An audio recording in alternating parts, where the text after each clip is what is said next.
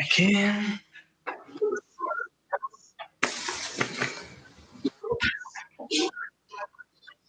Boa tarde a todas e todos. Essa é uma live promovida pela Arquidiocese de Belo Horizonte, através do Vicariato Episcopal para Ação Social, Política e Ambiental. Quero cumprimentar todos que nos assistem pela Vicariato e também pela TV Horizonte. Essa live faz parte de uma trilogia de atividades em preparação, formação e conscientização sobre as eleições municipais que já se aproximam. Pedir só para Zélia e para o Marcos silenciar o microfone enquanto a gente fala para não dar interferência. Mas prosseguindo, essa é uma das atividades que já realizamos 4. Nós já realizamos 4 atividades. A primeira delas foi sobre o papel dos cristãos nas eleições municipais, com a presença de Dom Mônaco. A segunda foi sobre a doutrina social da Igreja e as eleições municipais, com o Dom Tarcísio. A terceira foi sobre terra, teto e trabalho, e com a presença também do padre Júlio Lancelotti. A quarta atividade foi sobre Laudato Si e as eleições municipais, com a presença do nosso querido Leonardo Bob. E hoje a gente parte então para o nosso treinamento.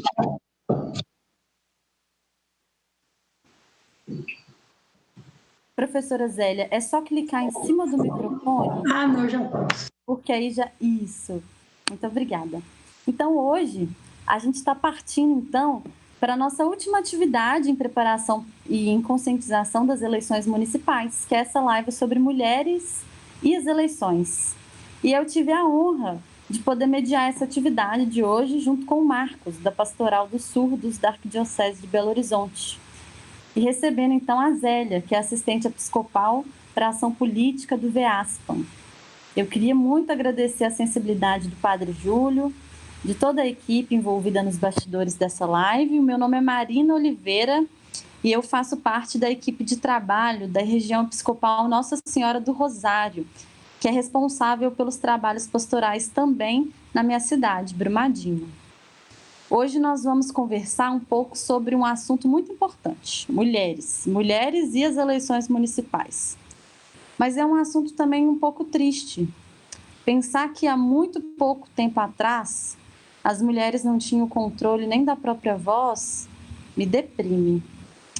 Pensar que antes a gente não podia votar nem viajar sozinha, não podia trabalhar e nem estudar, não podia nem escolher o homem com quem a gente ia casar. Imagina só, saber que muitas mulheres morreram para que hoje a vida fosse assim, desse jeito. E pior ainda é saber que a realidade está longe de ser boa para nós mulheres. Isso porque eu ainda nem mencionei a situação ainda mais desesperadora das mulheres pretas, que sofrem muito mais do que nós, mulheres brancas. A nossa casa, esse lugar sagrado, é considerado o lugar mais perigoso para as mulheres. 97% das mulheres já foram vítimas de assédio em transporte público. 51,9% das vítimas de violência sexual são crianças entre 1 e 5 anos. Em 2018, de 9 em 9 minutos, uma mulher foi vítima de agressão. A cada 9 horas, uma mulher é assassinada só porque ela é mulher, o que é conhecido também como feminicídio. A violência contra a mulher cresceu ainda mais durante a pandemia, e esses são apenas alguns dados de pesquisa do Instituto Patrícia Galvão. A Zélia, nossa convidada, vai nos ajudar a compreender um pouco mais sobre essa situação e como é importante que nós, enquanto mulheres, participemos e ocupemos nosso lugar também na política, e mais especificamente nas eleições municipais que se aproximam. Por favor, Zélia, seja muito bem-vinda, sinta-se abraçada por mim, pelo Marcos, por todos nós. Zélia, lembra de ativar o seu microfone Muito obrigada, Marina e Marcos. Eu fico muito agradecida mesmo de estar aqui com vocês, conversando sobre um tema importantíssimo, que é a questão da mulher nas eleições e o papel nosso de mulheres cristãs, né, na construção do reino de Deus. Então, eu acho assim, muito importante esse trabalho que a Arquidiocese está fazendo com relação às eleições. Eu começo aqui dizendo que o Dom Valmor, nosso arcebispo, né, arquidiocesano, Dom Joaquim, Dom Vicente e Dom Giovanni publicaram uma mensagem muito importante a todos os cristãos da Arquidiocese sobre as eleições. Como não poderia deixar de ser, o fundamento desse texto, que é um texto riquíssimo, e eu imagino que deva estar sendo lido e discutido em todas as comunidades, paróquias, né, da Arquidiocese, esse texto ele se funda no Evangelho, nos valores evangélicos, né? E os valores evangélicos, nós sabemos bem quais são. Quer dizer, primeiro, que cerca tudo a questão do amor, né? É o amor, a paz, a não violência, a fraternidade, o cuidado entre as pessoas, o cuidado com a casa comum. Quer dizer, são esses valores que norteiam todo o texto que foi apresentado. Né? Esse cuidado com os excluídos, com o que o Papa chamou outro dia de descartáveis, esses últimos, né? São esses que nós somos convidados a servir, a estar junto, a construir, né, um reino de Deus aqui na Terra. Né? Então, nós vamos hoje conversar com esse assunto muito sério, que é política. E todo mundo sabe que ficou assim um senso comum dizer assim, detesto política, não gosto de todo político é bandido, é tudo farinha do mesmo saco, não é mesmo? Então, você tem uma visão de política que, claro, tem a ver com a realidade, né? Em parte tem a ver com a realidade. Por quê? Porque nós temos muitos exemplos de políticas absolutamente equivocadas e contra o povo, né? Nós temos políticos que realmente são contra tudo, todos esses valores que nós colocamos, né? Mas também tem toda uma ideologia que está por trás disso, não gosto de política não se discute, e que vem de muito tempo. E é muito triste porque sem a discussão política, sem o conhecimento do que seja política, nós não vamos mudar nada, não é? Então, nós vamos conversar sobre política e valores, né? Política e valores, não tem como separar isso, né? E nós vamos falar sobre uma coisa muito importante, o que é uma boa política, o que é uma má política, não é? Então, assim, só para começar, eu gostaria de lembrar, além desse texto, que é muito importante, da Arquidiocese sobre as eleições, eu quero lembrar um outro que chama Pacto pela Vida e pelo Brasil, que foi assinado no dia 7 de abril, logo no começo da pandemia, tinha um mês a pandemia. Esse texto também muito importante, muito incisivo naquilo que ele coloca, que foi assinado no dia 7 de abril, foi assinado pelo Dom Valmor, pela CNBB, né, que ele é o presidente da CNBB, pela ABI, Associação Brasileira de Imprensa, pela OAB, Ordem dos Advogados do Brasil, pela SBPC, Sociedade Brasileira para o Progresso da Ciência. Depois, várias outras assinaram também. E esse texto faz uma análise muito importante sobre aquele momento de começo da pandemia. Naquele dia, os dados nos diziam que havia 688 pessoas que tinham morrido por Covid. 688, 7 de abril. E esse texto cobrava do governo federal uma ação, né, mais forte com relação ao Covid, a pandemia que já estava mostrando crescente, né? Então, Adriano, saiu aqui. Vou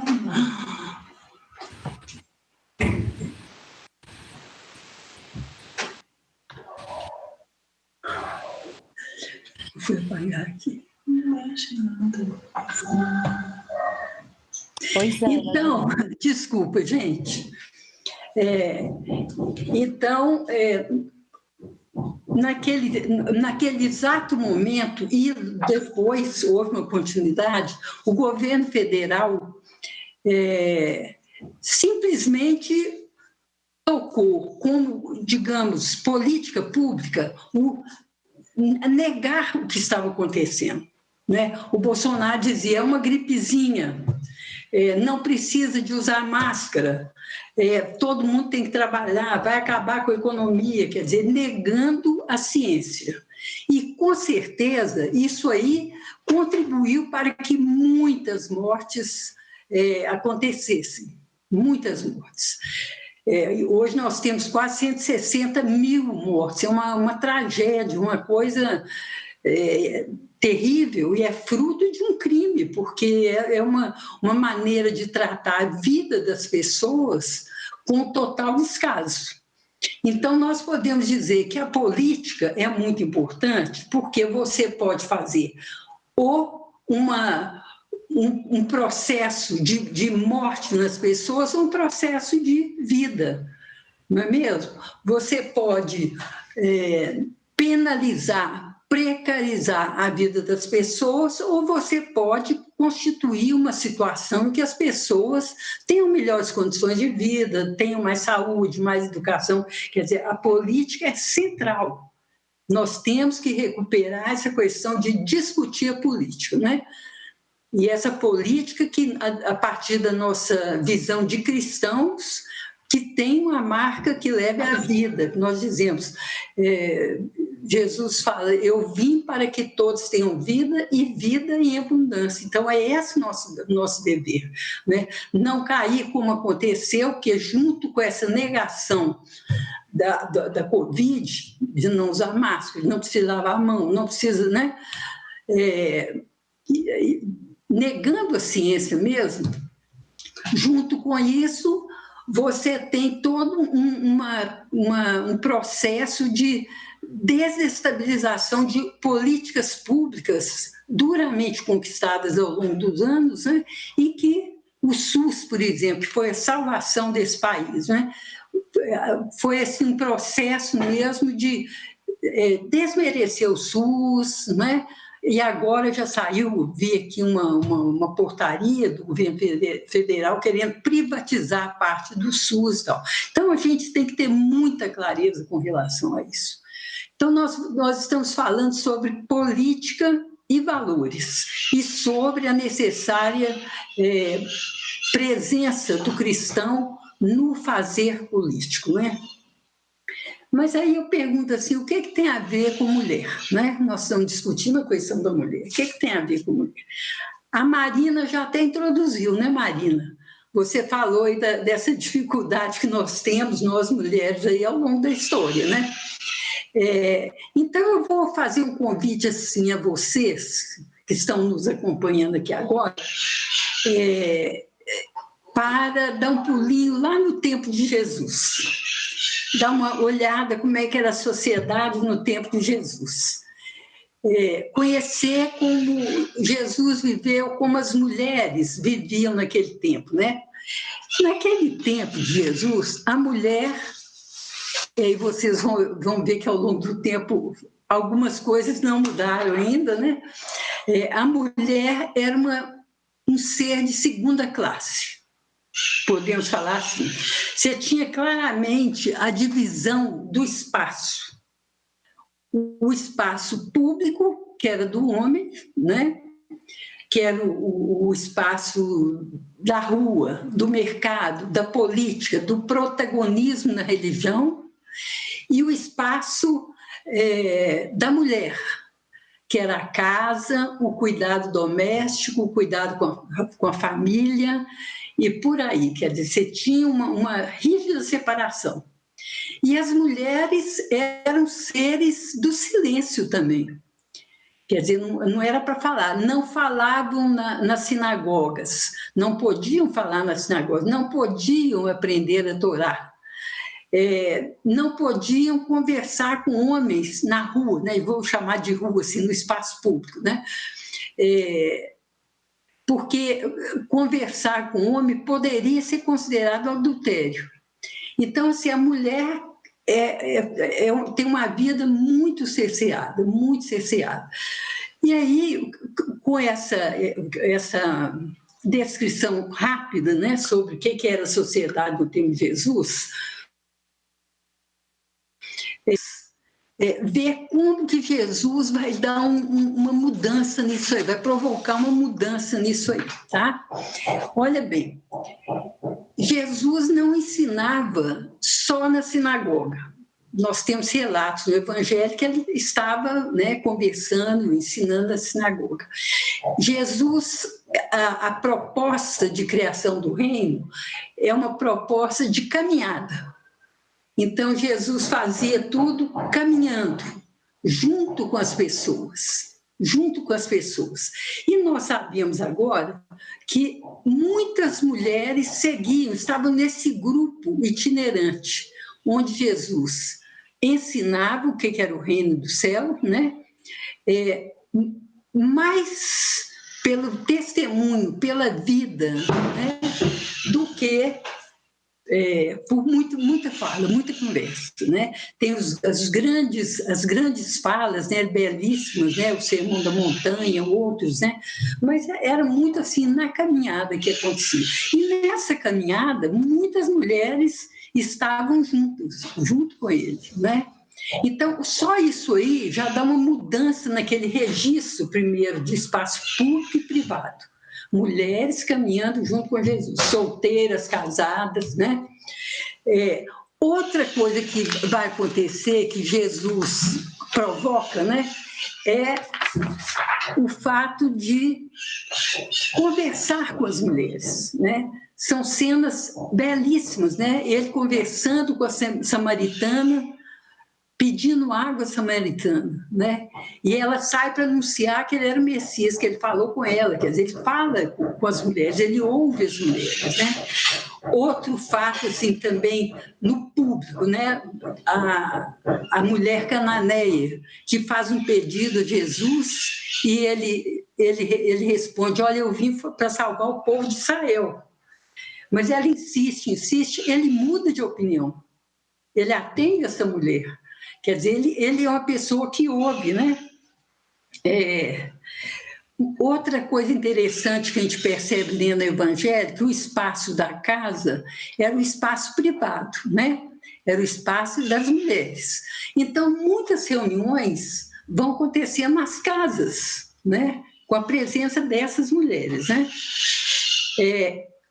E assim vai, ele vai tecendo essa mudança, né, e apontando o que é o reino de Deus. O reino dos céus é um reino de igualdade, de fraternidade, não de hierarquias, né? E aí, mais uma vez, ele vai quebrar a hierarquia, quando, conversando com os fariseus, que tinham N formas de viver a religião, o que podia, não podia, as formas, né? Ele fala, olha, o mais importante é o amor. E aí ele falou, as prostitutas e os publicanos vão entrar antes do reino dos céus, do que quem fica muito ligado ao ritmo. Ele questiona porque o fundamental é o amor, né? A lei e os profetas se resumem no amor, né? Ele ouve Maria, sua mãe, nas bodas de Caná. Ela falou, acabou o vinho ali, ó. E ele, mas o que eu vou fazer com isso? Ela falou, faz o que ele mandar. Aí ele fez a transformação da água para o vinho, né? E as mulheres vão ser uma presença grande na vida de Jesus, no nascimento, na caminhada, no Calvário, né, que os discípulos saíram todos correndo, só ficou o João, as mulheres estavam lá. E na ressurreição, que Maria Madalena foi a primeira que ouviu, que viu, né, o ressuscitado e saiu para anunciar. Então, é muito interessante isso, né, na vida de Jesus, né, esse ouvir a mulher, né, que é uma pedagogia transformadora, né? Então, nós fomos rapidamente aí no tempo de Jesus para mostrar o seguinte: a sociedade era uma sociedade patriarcal. Ao longo dos séculos, a sociedade continuou patriarcal, né? O domínio do homem no público, né? E a mulher em casa. Quer dizer, essa história ela vai se repetindo em todas as sociedades ao longo do tempo, né? E só vai mudar, e vai mudar com muita luta das mulheres, inclusive, em eventos tais como guerra. Os homens tinham que ir para a guerra, as mulheres tinham que trabalhar. A Revolução Industrial, demandando muita força de trabalho. A mulher entrou nas indústrias da época, né? Mesmo assim, ela vai entrar em defasagem com relação ao homem. Salários mais baixos, 12, 13 horas de trabalho, todos, né? Crianças trabalhando também 12 horas e salários mais baixos, né? Então, essa luta da mulher, né, para ter uma fala, né, na sociedade é muito antiga.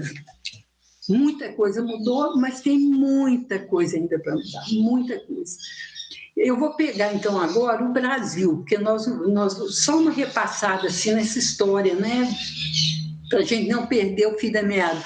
Por que nós, mulheres, somos tão mal representadas nas instâncias de poder, né?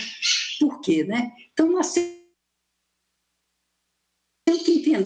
Então, o Brasil, desde o começo, desde a conquista, né, em 1500, faz e produz e reproduz uma cultura patriarcal. Patriarcal, excludente da possibilidade de cidadania. E é muito difícil a construção da cidadania. Eu vou mencionar aqui a Constituição de 1824. Só homens com renda alta e possuidores de terra podiam votar. Mulheres, escravos, jamais, né? Indígenas e soldados não tinham nenhum direito. A escravidão foi até 1888, quer dizer, foi até outro dia, né? Então, o escravo não votava, o analfabeto, que no Brasil era a grande maioria, não podia votar, só foi votar em 1985, e o voto feminino só em 1932. Quer dizer, você exclui uma grande parcela da população para a discussão política, né?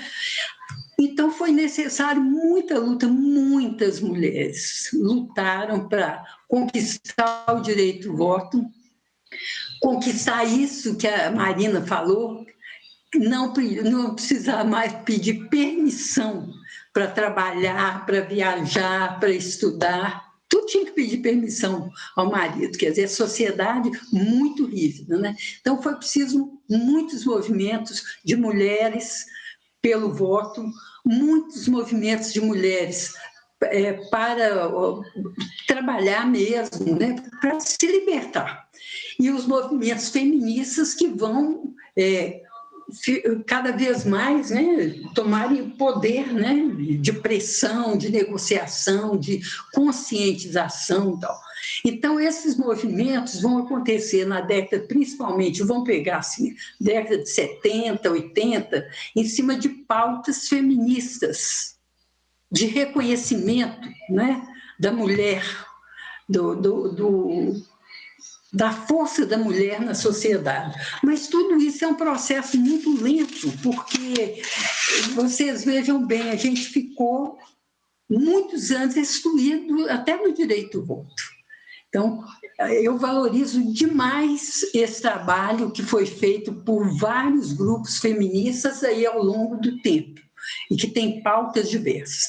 E a pauta importantíssima, que é a mulher como um todo, mas a mulher negra, por exemplo, né? A questão da mulher negra, porque aí é uma dupla discriminação, por ser mulher, por ser negra, né? Por ser descendente de povos escravizados, né? Que ficaram alijados de toda e qualquer possibilidade de cidadania. Então, a força da mulher negra é de uma importância enorme. Então, nesse momento e agora, né, que nós estamos vendo grandes violências, né, policiais com relação a populações de periferia, de favelas, né, é de uma importância muito grande, que a mulher realmente tem um recado a dar sobre isso, né? Então, como que nós ficamos com relação às eleições municipais? Eu quero dizer o seguinte, nós temos 41 vagas para vereador. Destes, nós sabemos que 39 vão se candidatar novamente. Dos 41, 39 são candidatos à reeleição, né? Nós temos 1.549 candidatos. Desses, 494 são mulheres. É bem pouco, né? Se a gente pensar, né? 31%. Dessas mulheres, das poucas, né?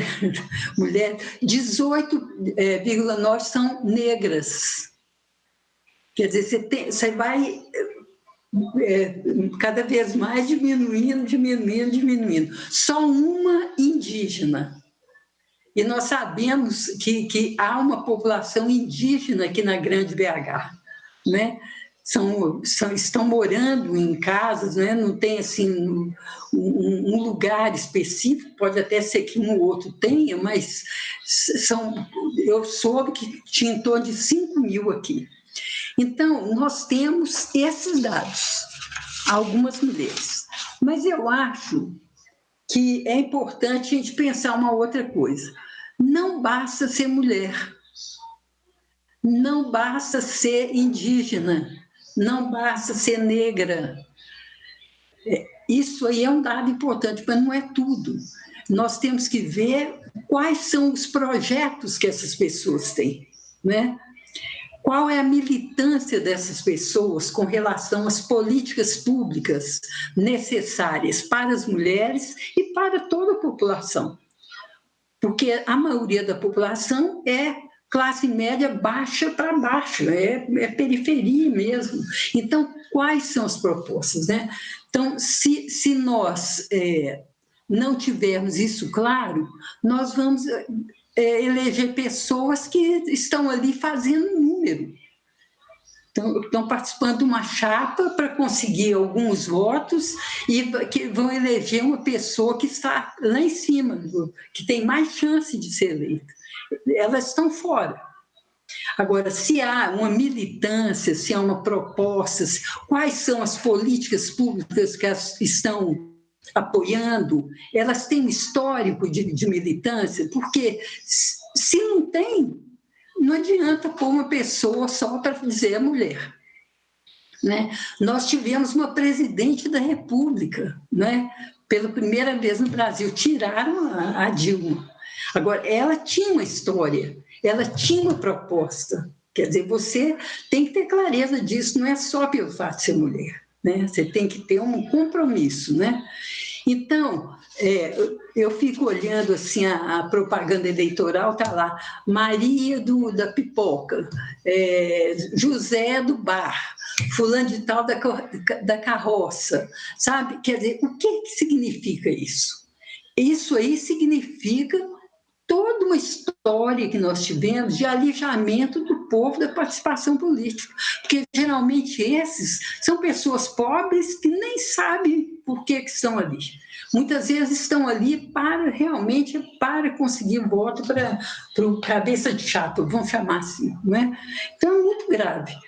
Por isso que é muito importante nós, que somos cristãos, valorizarmos o trabalho de organização das mulheres, de organização do movimento negro, dos movimentos indígenas, né? De todos esses que têm coisas importantíssimas a contribuir, porque é daí desse trabalho de organização e de militância que vão sair, daqui a um tempo, mais mulheres compromissadas, mais negras compromissadas, né? Indígenas, só temos uma, né? Então, eu acho que é muito importante. Eu penso assim, eu levantei aqui algumas políticas públicas, sabe? Algumas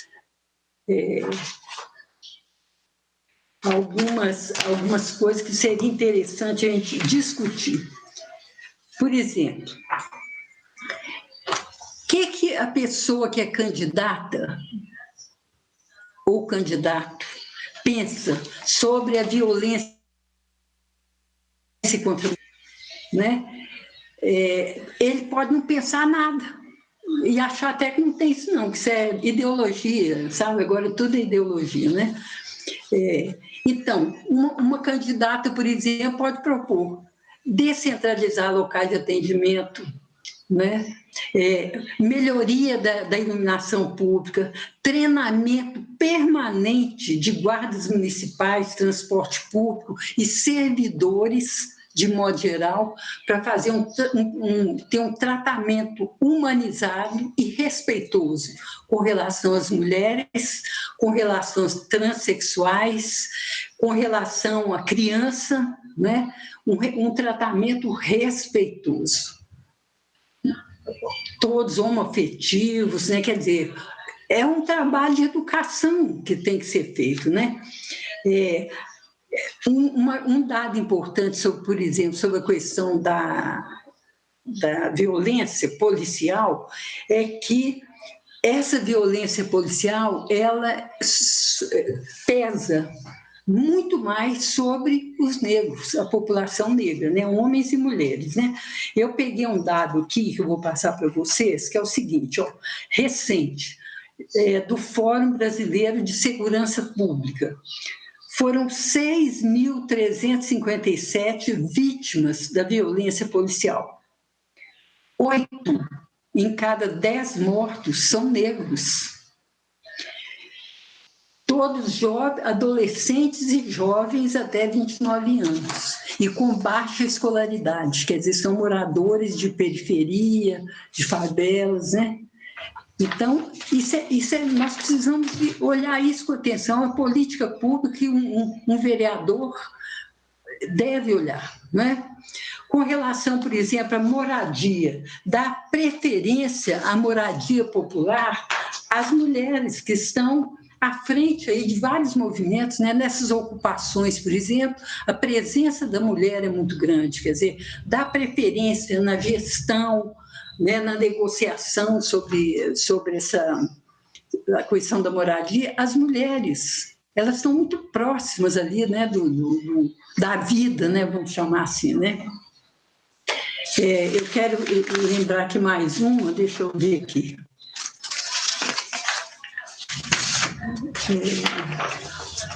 A violência doméstica, né, contra a mulher. Em Minas, 61% das mulheres vítimas de violência doméstica são negras ou pardas, 61%. Isso é uma consequência, uma marca do período de escravização, quer dizer, nós estamos pagando até hoje a tragédia, o crime que foi a escravidão, né? Que a mulher é vista como um ser subalterno, que deve ser aproveitado e descartado, né? Quer dizer, essa mentalidade está aí. E é uma mentalidade, além de racista, machista também, né? Então, essa e várias outras políticas, né, que devem ser colocadas em prática e com proposta, né? Peguei mais uma aqui que é interessante. Olha, como a situação das pessoas nas periferias, nas favelas, é muito difícil. Seria muito importante, isso é uma bandeira antiga, eu me lembro de 1970, a gente levava isso aqui, cozinhas e lavanderias populares nos bairros periféricos, né? Apoio à agricultura familiar nas favelas e ocupações, para realmente melhorar as condições de vida das pessoas, a segurança alimentar, né? Ter um olhar de cuidado para as mulheres que estão encarceradas. São muitas, né? E há pouco tempo eu li uma coisa muito triste. Os homens são visitados pelas mulheres quando estão presos. As mulheres dizem que não, ficam lá, sem lenço, sem documento, né? A mãe vai e tal, mas os homens, pelo menos foi um texto que eu vi mostrando isso, muito triste, quer dizer, ter um cuidado com essas mulheres, com relação à saúde, com relação à educação formal e profissional, né? Com relação, por exemplo, a políticas públicas relativas à saúde, tornar mais acessível, né, o cuidado com relação ao câncer de mama, o atendimento humanizado nas delegacias, no serviço de saúde, nas escolas, as mulheres trans e transvesti e da segurança pública, né, tomar um cuidado com essas pessoas, né, o respeito, né, porque isso faz parte do que nós falamos no começo, valores cristãos. Todos são filhos de Deus, todos merecem respeito e consideração, né? Uma outra proposta, isso é que nós temos que ver com essas mulheres que estão aí se candidatando, né? Universalização de creches a partir de 4 anos e ampliar o atendimento de 0 até 3, porque isso aí permite que a mulher possa sair para trabalhar. Eu vejo aqui no aglomerado da Serra muitas mulheres que não podem trabalhar, porque as crianças pequenas não tem ninguém para olhar, não tem escola, então não podem trabalhar, né? Mas isso é uma coisa importante também. Então, como essas, são muitas outras propostas, né, que devem ser discutidas. Então, a pessoa chega lá no bairro tal, ou na favela tal, eu sou candidato, sei qual que é a sua proposta, qual que é a sua história, você é militante, você participa disso, o que você tem a dizer sobre isso? Porque, outro dia mesmo eu falei numa outra reunião, não existe uma caixinha, a caixinha municipal, a política municipal, a caixinha da política estadual, a caixinha da política federal. Está tudo interligado. Não é só na Laudato Si, está tudo interligado, né? A política municipal, por exemplo, os adolescentes jovens, né, novíssimos, né, negros, a maioria, quase que 90%, que entra para o tráfico. Então, qual que é a proposta do candidato? Nós temos bandido bom é bandido morto. Isso aí merece ser preso, tem que prender todo mundo. Temos que armar a população, como disse o Bolsonaro, vamos armar a população, e está conseguindo. Eu vi aqui recentemente que aumentou demais o número de porte de arma e posse de arma. Então, qual que é a proposta? É prender, matar, é diminuir a maioridade penal, que é isso que o candidato pensa. Então, ele está absolutamente fora dos valores cristãos.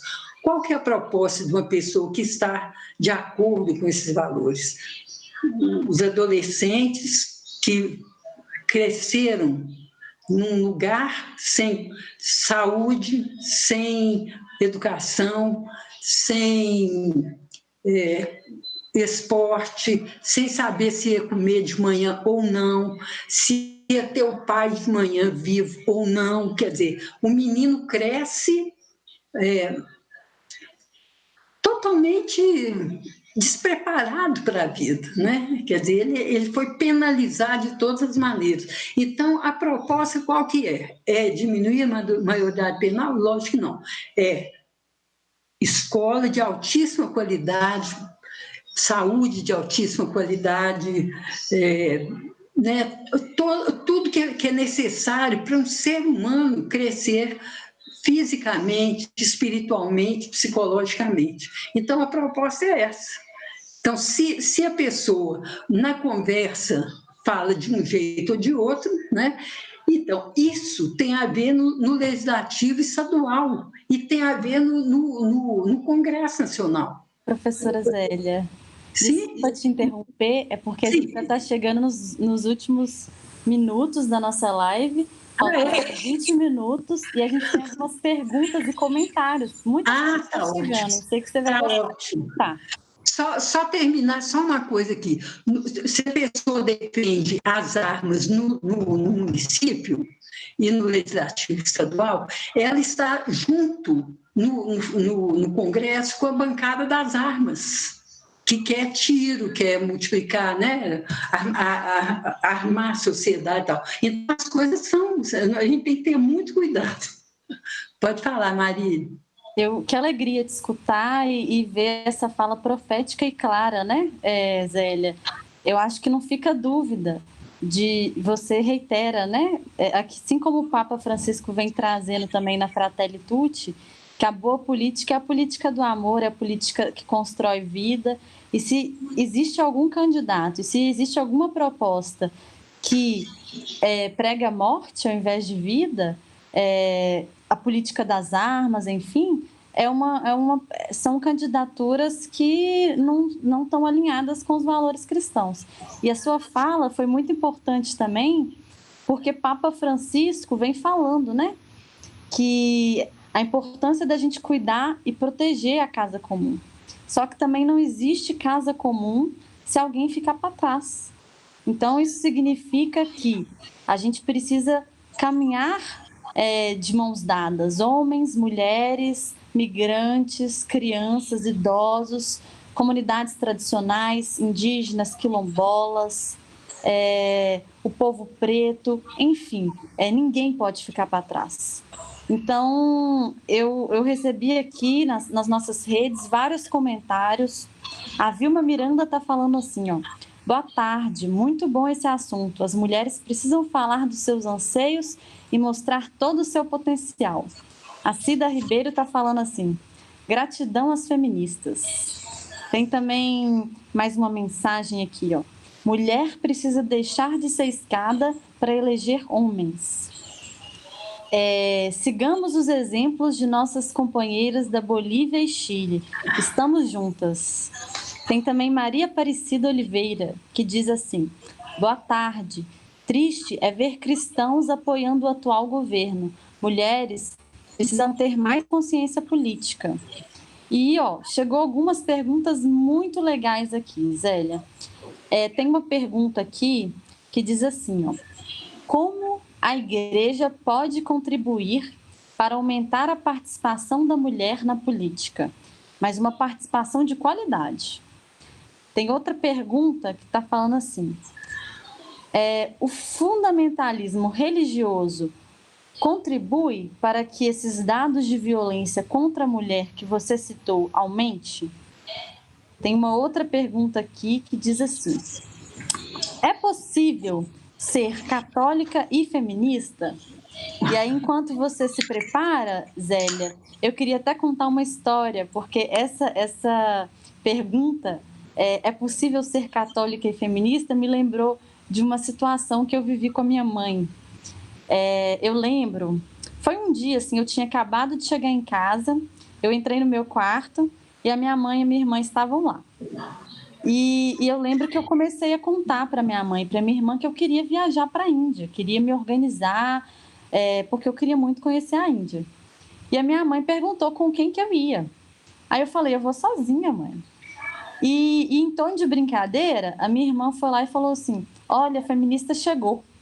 E eu lembro que a minha mãe, sem entender muito bem o que era feminismo, ela me olhou um pouco estranho. Porque ela não sabia o que era feminismo, mas ela tinha a sensação de que era alguma coisa negativa. E aí ela me perguntou assim, você é o quê, Marina? E eu lembro que eu repeti, que eu era feminista. E aí a conversa começou. Aí eu fui contar para ela, Zélia, que a maior feminista que eu conhecia era ela. Operária, dona de casa, católica e mãe. Isso mesmo, a maior feminista, né? O maior exemplo de feminismo estava bem na minha frente. Por quê? Porque a minha mãe, ela é assim, né? Ela não fez faculdade, mas ela garantiu que eu fizesse a minha faculdade. E me incentiva a fazer mestrado, doutorado, a continuar nos estudos.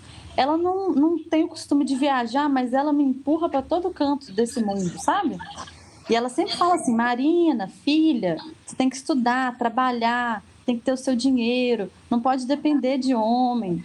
Ela fala assim, Marina, não estudei, mas você tem que estudar, porque você tem que voar longe. E eu sei que ela não tem obrigação nenhuma de entender, né, os meus sonhos, os meus pensamentos, porque ela é de outra geração. E eu também queria que ela não se sacrificasse tanto assim por mim. Mas, ao mesmo tempo, eu tenho essa gratidão enorme, né, guardada no coração, porque eu sei, né, o amor que ela carrega e o desejo de independência, de liberdade que ela nutre, né, para mim, para minha irmã. Ela sempre diz assim que a gente não pode aceitar qualquer tipo de violência de nenhum homem, nem um tom de voz superior. E ela me ensinou também que o que eu tenho mais valioso é a minha voz, e que através da minha voz eu denuncio a injustiça, eu espalho amor, eu faço política, eu falo por quem não pode falar, eu dou a voz para os invisibilizados. Enfim, a gente sabe que a mudança ela é demorada, né, Zélia? Leva tempo, leva diálogo, e a gente sabe também que a gente precisa desconstruir muitos comportamentos que nos ensinaram desde criancinha. Mas eu sigo na certeza de que com amor a gente vai aprendendo, né, a costurar esse mundo mais justo, mais fraterno, mais democrático, mais plural, menos desigual. E a gente continua na luta, né? No meu caso, olhando sempre para minha mãe, esse exemplo, né, de mulher católica, feminista, e que me ensina diariamente a como ter a minha voz escutada. Mas eu vou deixar você responder essas perguntas para a gente aproveitar esses últimos minutinhos com a sua participação, com a sua contribuição. Adorei, Marina. Adorei. Repete a primeira e eu respondo. A gente tem assim, ó. Eu vou te falar por blocos, porque aí você, às vezes, a sua resposta pode até contemplar, né, várias perguntas. Tá. A gente tem assim, ó, uma primeira pergunta. Como a igreja pode contribuir para aumentar a participação da mulher na política? Uma segunda pergunta. O fundamentalismo religioso contribui para que esses dados de violência que você citou contra a mulher aumente? Então, deixa eu responder essas duas, que faz uma conexão, né? Eu acho que a igreja pode contribuir muito.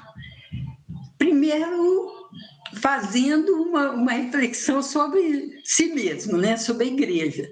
E eu falo que a igreja não é o Papa, o cardeal, o bispo, né? São parte do povo de Deus. Então, a igreja como um todo, nós, né, como povo de Deus, né, nós podemos, pela simples razão de tentar seguir o Evangelho. Né? O Evangelho é um convite à participação política. Né? Então, esse ensino que a igreja tem, através da doutrina social da igreja, o evangelho em primeiro lugar, né? Que eu acho o evangelho altamente revolucionário. Eu mostrei aqui como que Jesus mudou a pauta ali naquele tempo. Infelizmente, né, as estruturas, né, pesam muito e se recupera o patriarcalismo e tal, né? Mas, como igreja, nós, leigos especialmente, leigos e leigas, nós temos um papel assim enorme, porque nós estamos no mundo. São Francisco falava assim, onde que é seu convento? Meu convento é o mundo. É lá que nós temos que dar testemunho e lutar pela justiça. Isso é política.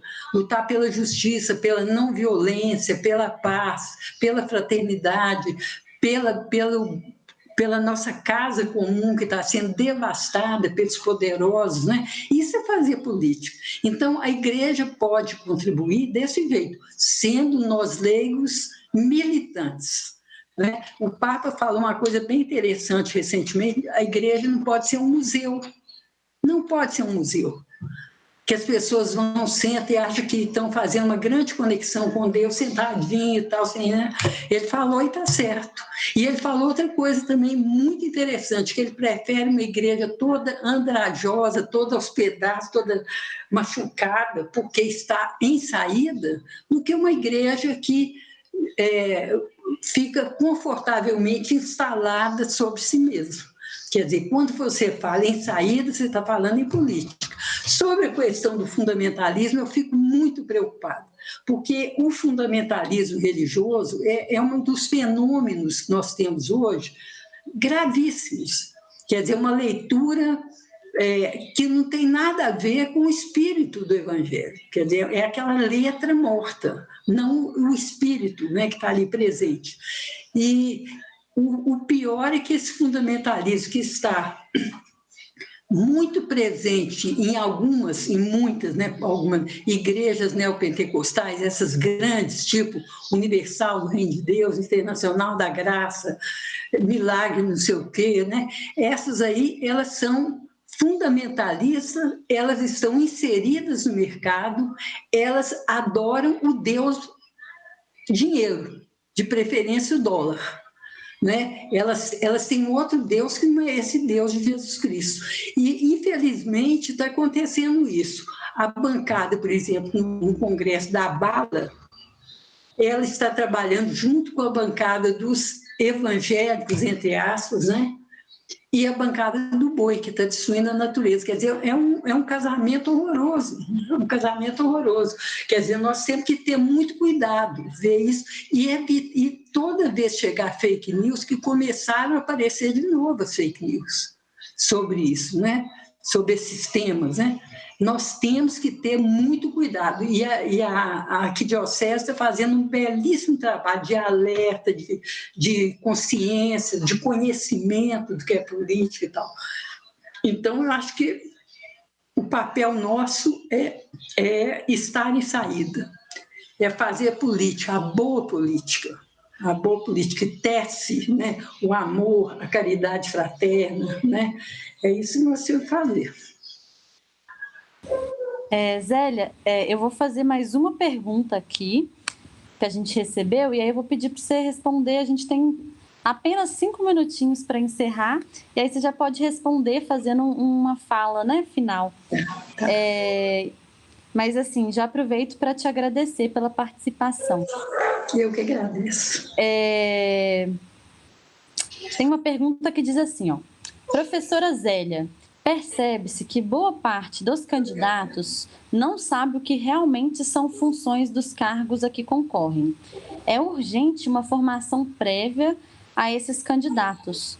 Essa formação poderia ser feita só nos partidos ou nas bases populares e nas igrejas? Eu acho que tem que ser feita em todos os espaços possíveis, que realmente muitos não sabem não tem a menor ideia do que é ser vereador, do que é ser deputado. Não tem.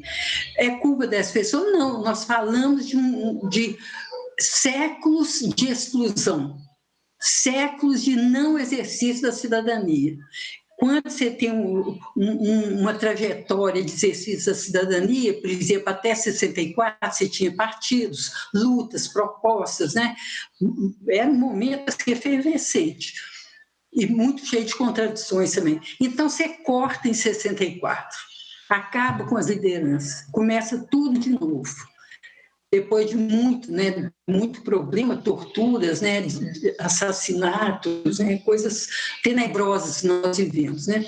Então, você tem um paulatino trabalho de organização da sociedade, que bom, né? Aí você chega numa Constituição fruto de uma grande mobilização popular. Eu nunca vi tanta mobilização do que no período da Constituinte.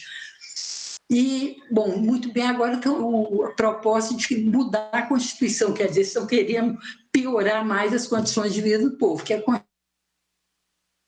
Constituição, nenhuma Constituição é belíssima, é ponto final, tal, tudo é fruto de um momento histórico, tal, mas é uma Constituição, como Ulisses Guimarães falou, é uma Constituição cidadã, né?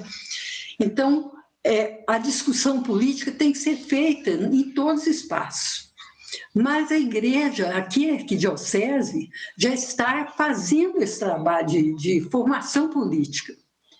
Eu fiquei impressionada de ver a quantidade de ações de discussão política e lives, como nós estamos fazendo aqui, em tudo quanto é região episcopal. Muito impressionante.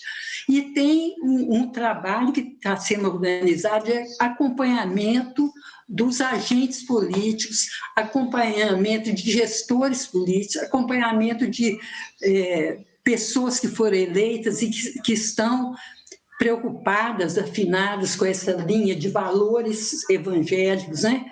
De construção do bem comum, né? Então, a igreja está fazendo isso. A igreja aqui da arquidiocese, estou vendo que está acontecendo, mas tem que ser feito em todos os lugares. Viva o movimento de mulheres, viva o movimento negro, viva o movimento da causa indígena, viva o pessoal que está discutindo a questão da casa comum, do aquecimento global, né, o movimento católico global pelo clima. Né? Isso é importante, isso é fazer melhor política, é isso que nós temos que fazer, todos nós. Como disse o Papa, ninguém pode lavar as mãos como Pilatos. Ele falou isso outro dia. Não sejamos como Pilatos. Zélia, você termina a sua fala com esperança, enchendo nossos corações de muita garra para a gente poder continuar. Eu queria te agradecer muito pela participação, foi um prazer te ouvir, para a gente lembrar, né, diariamente da importância da gente se mobilizar, se articular, para construir essa revolução, esse mundo melhor, essa revolução do amor, né, que Jesus Cristo nos ensina cotidianamente a construir. Não dá para falar, né, sobre mulheres e sobre política sem falar sobre a importância da gente permanecer vivas. Eu queria só deixar um recadinho para todas as mulheres que nos assistem, e é o seguinte: mulheres, na maioria das vezes, o feminicídio é uma tragédia anunciada, que vai mostrando sinais.